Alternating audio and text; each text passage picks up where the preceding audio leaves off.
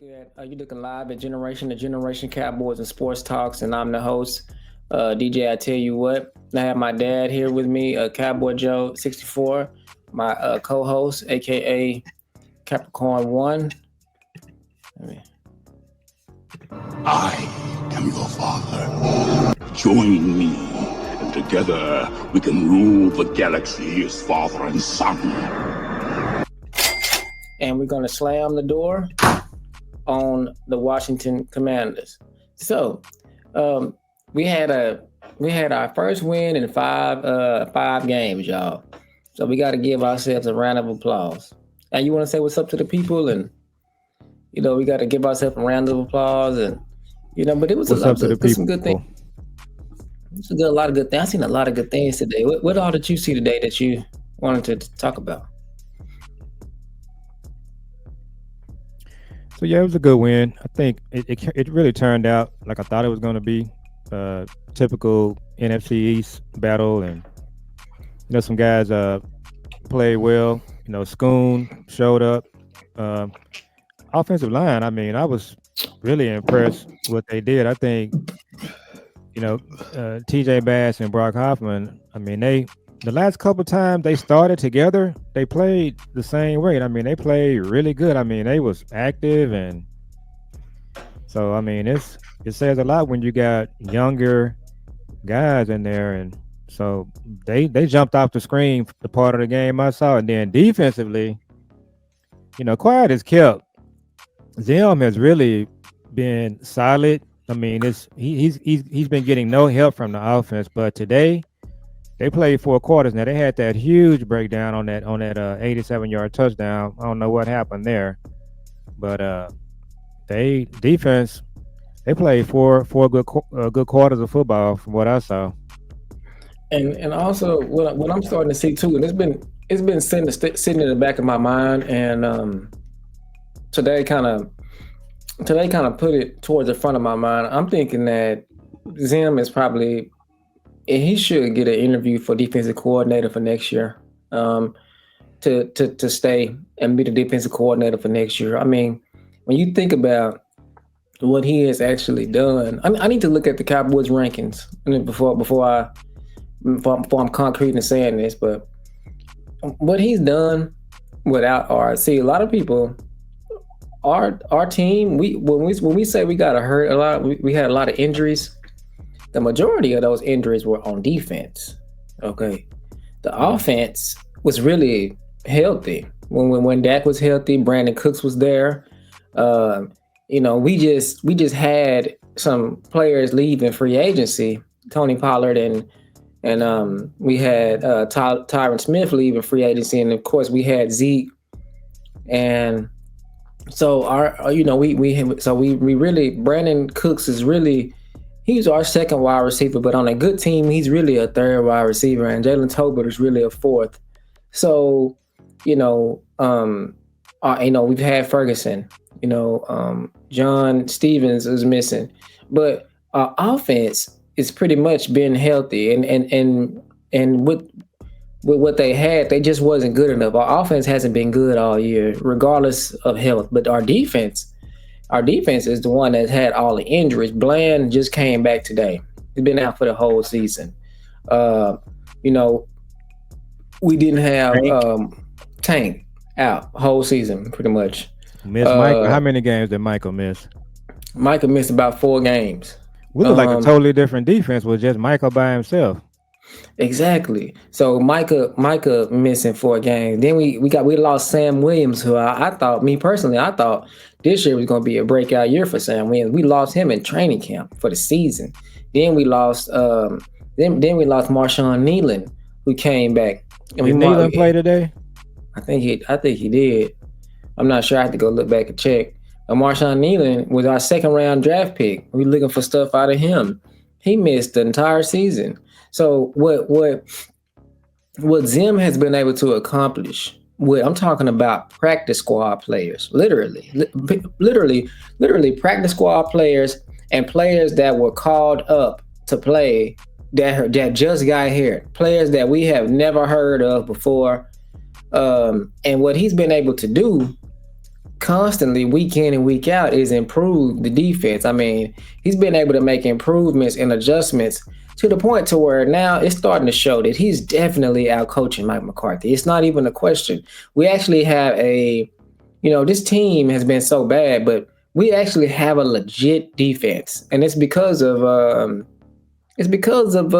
Zim. And so I just think that ought to get him an interview with the next coaching staff because he's really our defense is really playing well. So that's my take on that. So I like the way they playing. Give him his props. Um, Season is over. I do think he deserves to get an interview. Um, but I still want to go through the process. Of course, if somebody like Robert Sala is out there, but if you ended up falling back on Zim, I mean Zim has a good reputation in the league. I think he's one of the coaches that he was well respected around the league by different people. Not I mean all of the heard a lot of reports about Zim before he got this job. A lot of Mhm. people always been impressed with his work. So, but yeah, just the injuries that we've had, it's made a big difference. I was really impressed with Butler. Where did he actually come from? He was somebody that just came out of nowhere and has really just put a couple of good games together. So one year a little bit, more of Izzy. Donovan Wilson played good today too. You know what I noticed today about Donovan Wilson? They What's had him that? playing near the line of scrimmage pretty much the whole game, Yeah, and that's it it. showed. And that's a adjustment that we wanted Zim to make. Yeah, I think we look at the final stats. I'm willing to bet Donovan Wilson probably had like 8 tackles. So Hmm. he was involved in several tackles just watching the game. And again, that's where he should have been playing the whole time. Playing up closer. Uh, but the pass rush was really good. Zim was dialing up the blitzes. They had Jaden Daniels frustrated. It was one series. He ran like three straight plays where he just dropped out. He dropped him. He dropped back. He ran to his right and just ran out of bounds. It was like nobody was open. I was like, what is he doing? But they were just playing Well, good defense. they were playing good defense too, and then that was a situational type of deal because that was right before the half. So he knew he really didn't have anything else that he could do besides get out of bounds and stop the Hmm. clock. Yeah. Okay, So that's what that was. yeah, yeah, yeah. They was trying to. They had like 36 seconds to get downfield, so it was nothing there. So Hmm. because because I will say to Jaden Daniels' credit, when he did get out the pocket, especially in the second half, when he got out the pocket, he was gashing them. He was getting out the pocket. He was running for like 25 yards, 30 yards. Yeah, that was his best. The last couple of drives was his best drives, but that's kind of what happens when you are down and you kind of and playing a little bit of prevent Yeah, defense. So yeah, when you plan not to lose, that happens.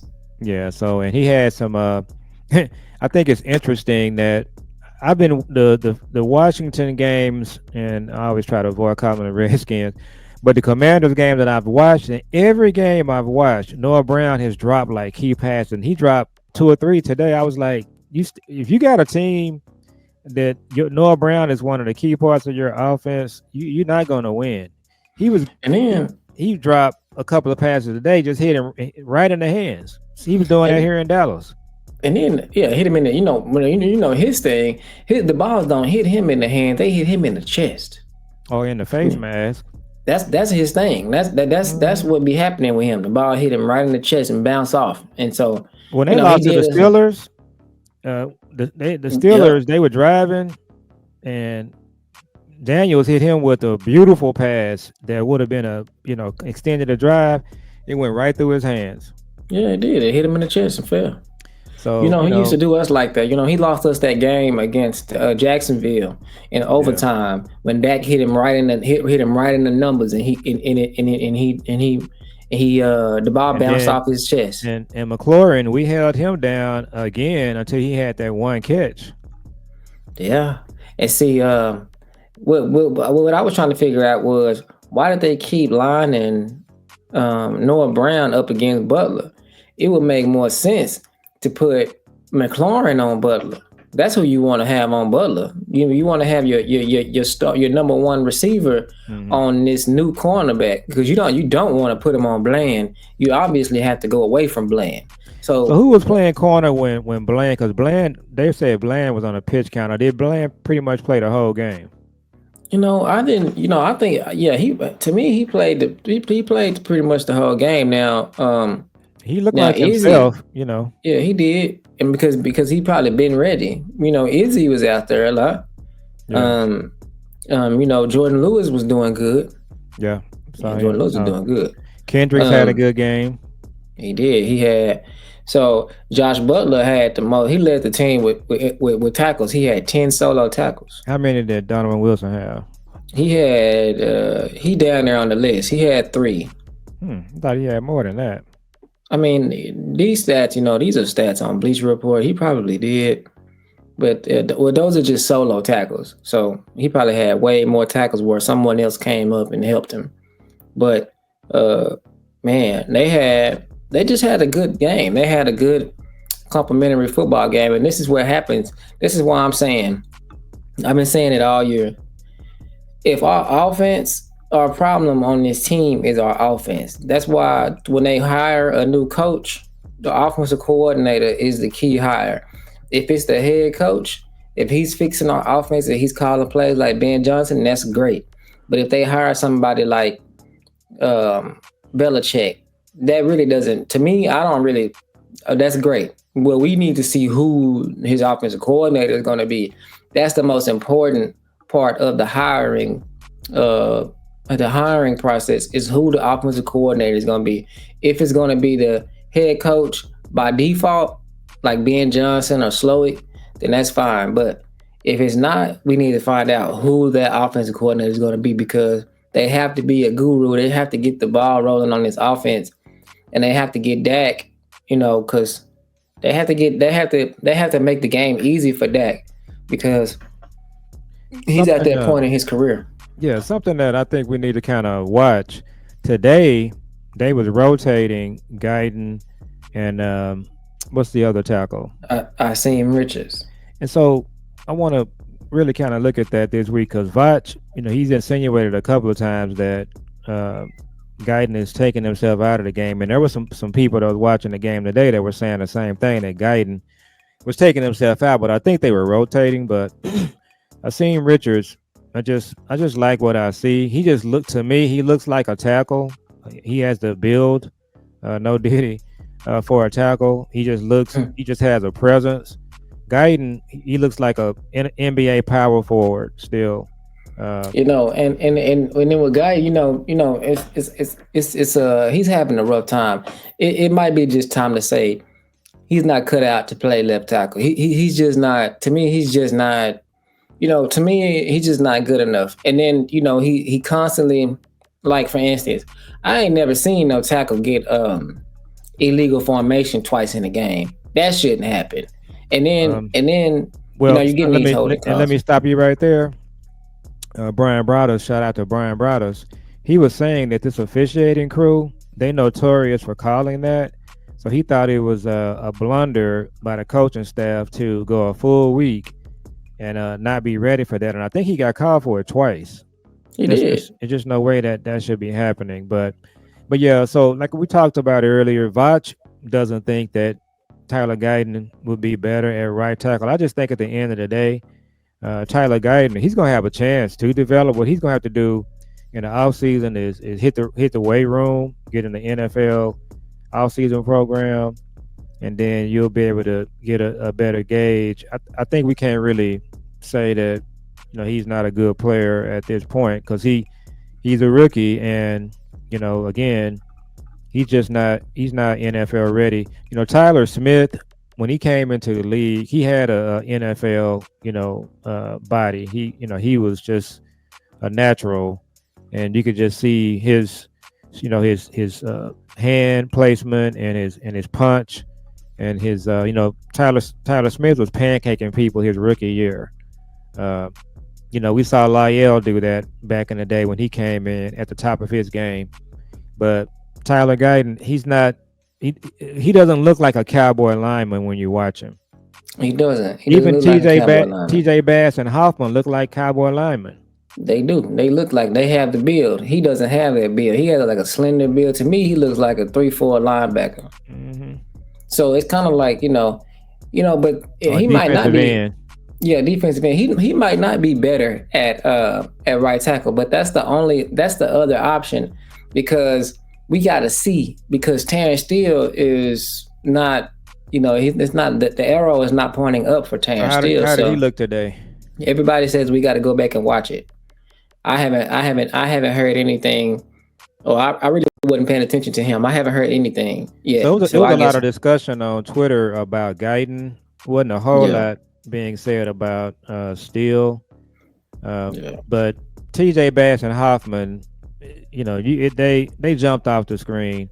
We had running lanes all of a sudden, and so Zach Martin should have been pulled 2 or 3 weeks ago because it was clearly he was not himself, and you needed to sit him down, let him kind of heal or whatever the case may be. But offensive line is this may be their better game since Pittsburgh. I'm guessing, but and Cooper Rush had time to throw. He was inaccurate a lot of times. He was he kind of throws the ball on some of his passes. I don't understand what he's doing. He throws the ball kind of like toward the ground. It's like the receivers are like, why are you throwing the ball to the ground, dude? It's like what is going on here? yeah. But he had a couple of really nice plays. Tolbert was active. Saw Brooks. I thought we was through with Brooks playing, but saw him out there and he caught one. I don't think that I don't remember seeing Mingo with a catch off Flournoy. Mingo did catch one. He Yeah, was he caught that diving out of diving. bounds. Yeah, that diving catch. Yeah. Yeah. So Mingo. Uh, Mingo got a total of 8 yards. yeah, just don't pop off the screen. He doesn't. Again, it may just be a matter of him just. I would like to see the plays they ran with Brooks. Just let Mingo or Flournoy have those plays because we need to see what they got. And so far, it's just and CD and Cooper Rush still not on the same page on some of these plays. That interception that he threw, CD went one way and he went the other way with the ball. It happened again. So Yeah. I think It's like we're gonna. To me, it's almost like we're gonna give one of them a game. yeah. That was the one where Cooper Rush threw a pick and then somebody knocked the ball out the guy's hand and we got it back, which was weird. There's a lot of weird stuff in this game. Man, especially toward the end of the game. But I just think it's just fitting, it's a Dan Quinn homecoming or whatever you want to call it, and then you got Micah all fired up, going against Dan Quinn, and then you got what else you have? You have Washington, flying high, but they're going on the skid right now, and then they're chanting, "We want Dallas," and of course, we go in there and we beat them. I'm gonna make a prediction. I'm gonna make a prediction right now. We played them in our last game of the season. That game is going to either put them in the playoffs or knock them out of the playoffs. It's going to be a crazy game. It's probably going to be one. It's probably going to be one that they need to win. It's going to be one that we don't need to win for the draft, and we're going to probably win it. Yeah, that's how this goes. And it would not shock me at all if we get Philly, if we beat them. Nah, that's how these games are going to go. I honestly, like I said, I swear. Now we got 4 wins on the season. I promise. I think that I can easily see us winning 4 more games. So look at the schedule. Who you think we gonna beat? Carolina played good today. We gonna beat them. Carolina almost beat Kansas City. They did. They playing better, but I think we're gonna beat them. It's gonna be a close game. I think we're gonna beat the Giants Thursday. I think we got a chance to beat the Bengals, and I think we got a chance to beat Philly. I don't think we're gonna beat the Bengals. I don't know. We always do. Philly is next to the last game. But we Yeah. got some more games that you didn't mention. Who else we Philly got? is out. Philly's Christmas. Those are the games. Those are the games that I think that we're gonna win. Oh, okay. We got man. We got the only other team that we didn't mention that we got is Tampa Bay.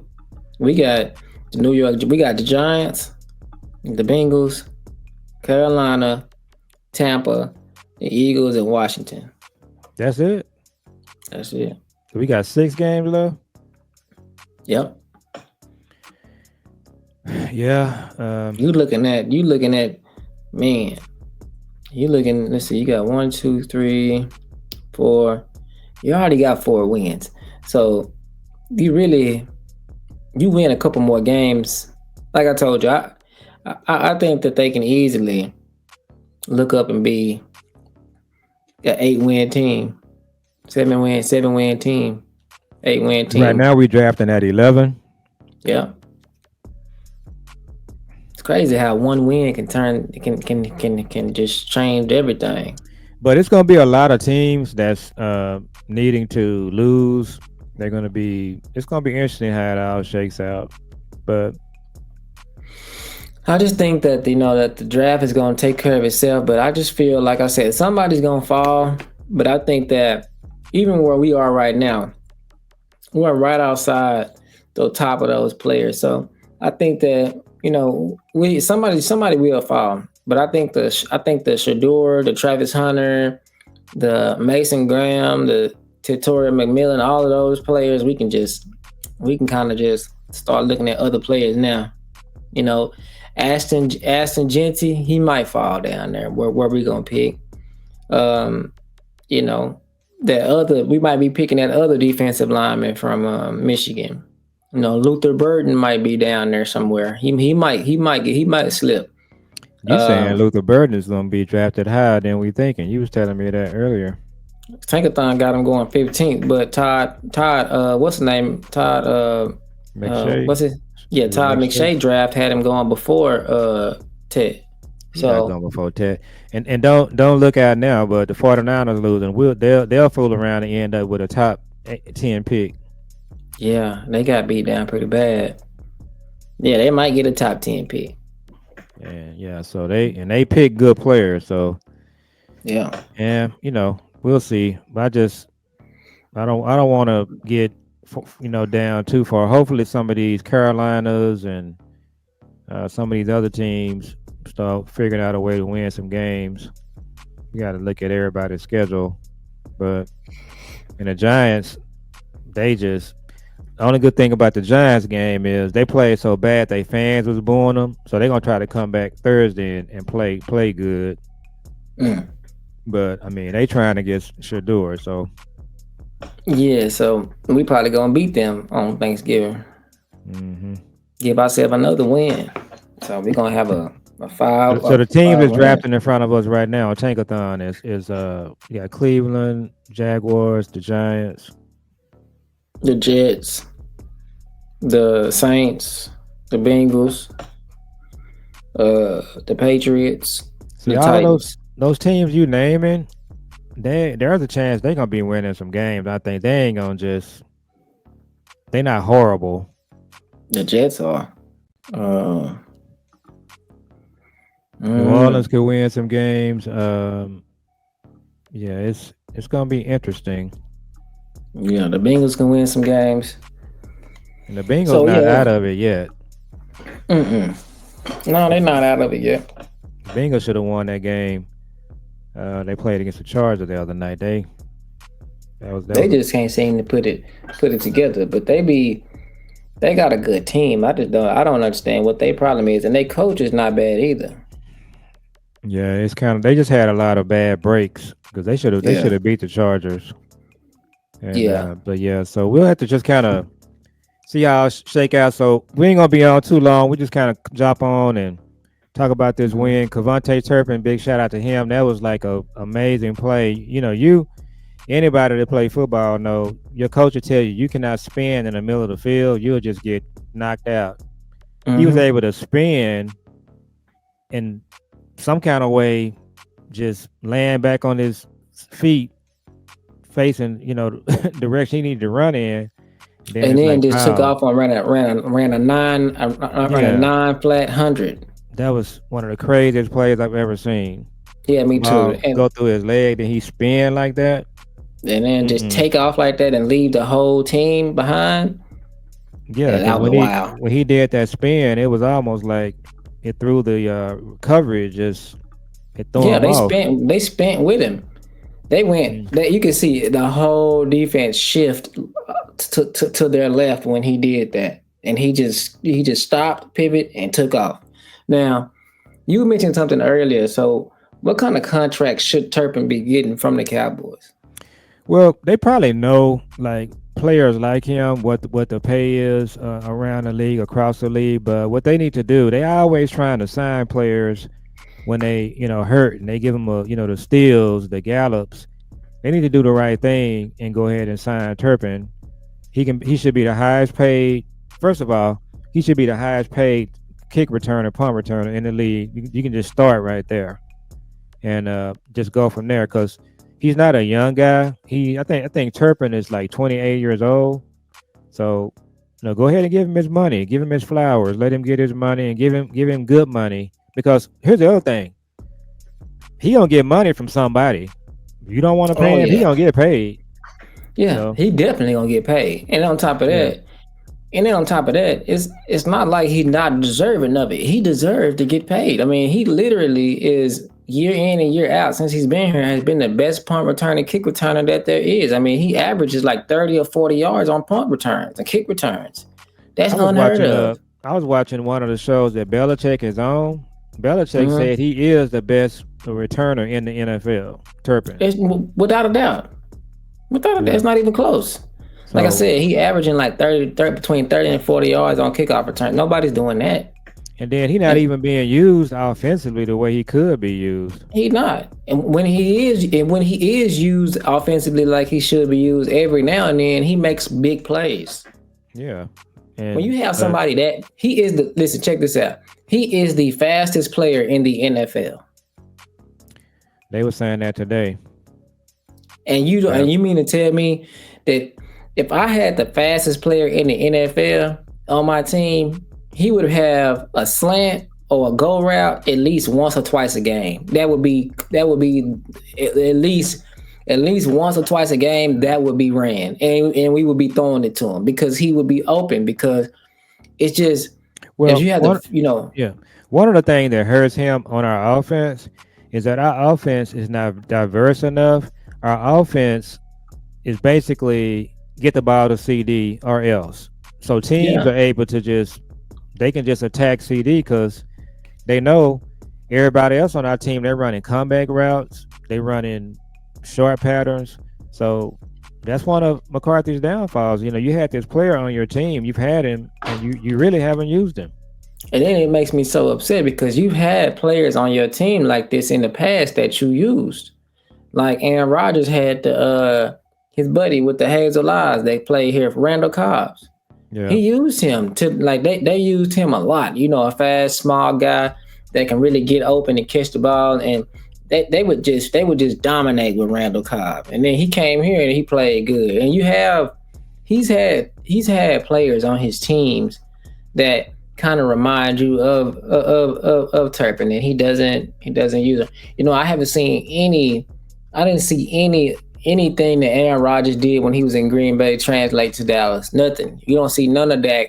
The one thing that I feel like Aaron Rodgers would do that was just like characteristic of his game, and I couldn't figure out if it was Aaron Rodgers that was doing this or if it was Mike McCarthy that was doing it. But for a while there, it's just like they would do this thing to her.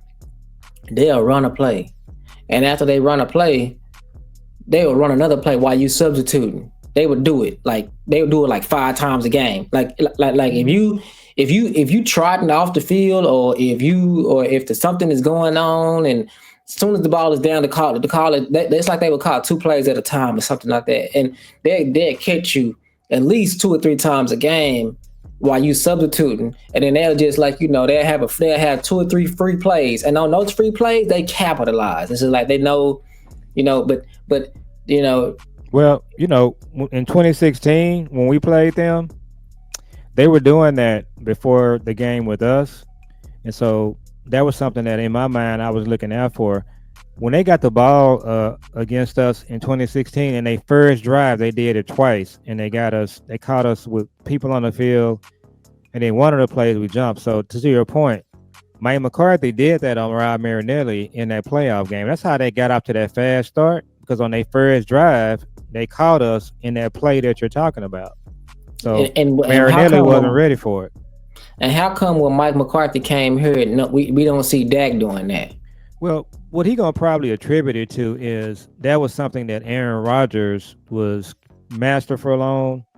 If you would ask him, he'll probably tell you that that's something that Dak doesn't do. But it's really could be a coaching thing. But It should yeah, be, but it should be.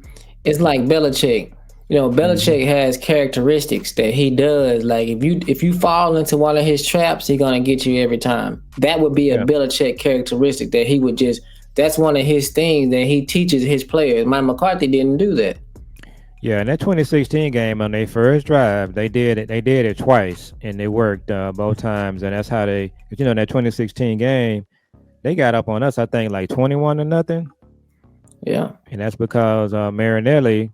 It just looked I thought like it was 27-0, but I could be wrong. I think he was just not prepared. It was like it took our defense like a whole half.